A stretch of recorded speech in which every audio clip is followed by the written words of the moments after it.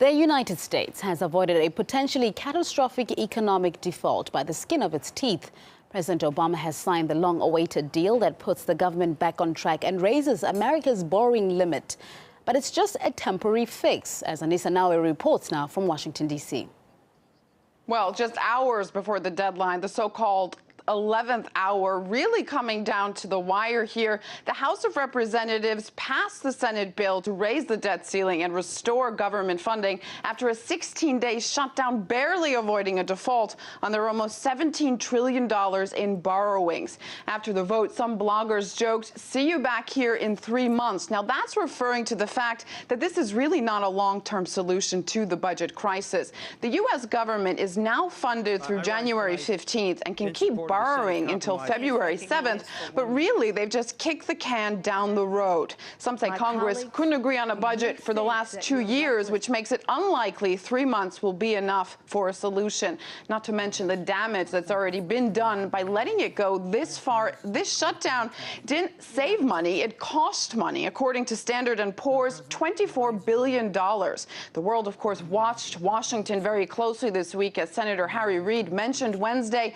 but many might disagree overseas that this last-minute agreement shows how responsible America is. Quite the contrary. China already announced the need to de-Americanize. The dollar is not the currency the world wants to bet on anymore. The IMF, the World Bank, the global economy can't afford to come this close to recession due to internal partisan politics in Washington. Now, another interesting point is that Republican leaders probably could have mustered this support we saw on shutdown day 16 back on September 30th, and this self-inflicted halt on Capitol Hill would have been avoided altogether. The budget brinkmanship has cost the world's largest economy billions of dollars, as well as the trust of investors around the globe. And it also sparked calls to de-Americanize the world economy. Let's talk more on that with Martin W. Haneke, chief economist at the Henley Group. Mr. Haneke, would you agree that the recent crisis in the U.S. is a wake-up call for the world to change the financial order?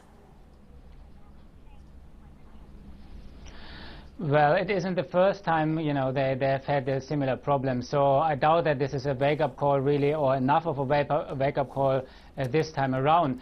And what the world really needs to understand is that the whole issue isn't really about an agreement or non-agreement, or, after 3 months when they have to sit down again. Even if they find a compromise that's long-lasting and they agree on it for the next whatever, how many years, or even if they agree on taking the limit of the debt ceiling away altogether, well, how is that positive? Because the problem isn't really the debt ceiling, the problem is actually the debt. And the real issue, from our point of view, the investors and also other central banks should be looking at is the danger of the growing debt, and now more recently coupled together with the issue of rising interest rates. And that's another very interesting thing to watch, because yields on treasuries have been rising lately, and that increases the debt servicing, debt financing costs of the United States. And at these levels already they're struggling with these higher costs. So any further increase in the interest rates generally and on treasuries would possibly send the United States into default, and not by disagreement, but just because they run out of money.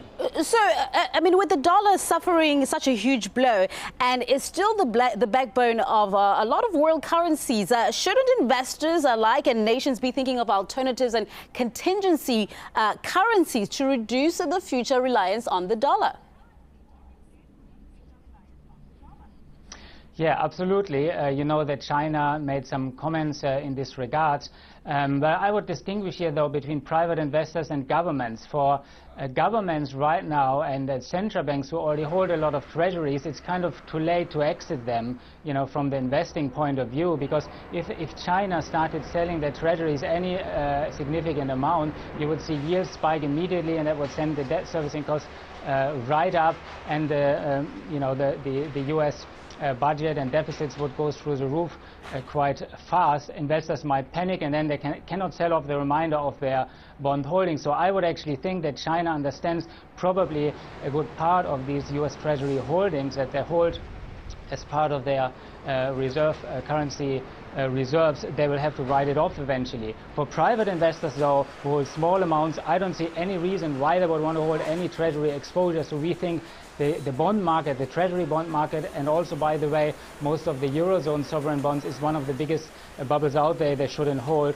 Gold, on the other hand, would be a good alternative, certainly for private investors. China is trying to buy more gold. They actually imported over 2,000 tons of gold over the last 2 years through Hong Kong. They are trying to increase the gold part of their reserves, but they are so big, of course, that it's difficult for them to do that without driving prices up. The recent correction, though, offers them a good opportunity, and Russia and China are both buying. So looking at what's happened in the last couple of hours with President Obama signing that bill, the debt ceiling has just been bumped up again. I mean, the bubble will explode eventually, but what will that all mean for world economies? What would that mean for the rest of the world? Well, it's a question when you say the bubble will explode eventually. Well, in 3 months, there might be a surprise. When they sit down together and negotiate together in 3 months, maybe they will find a longer lasting agreement. It could be.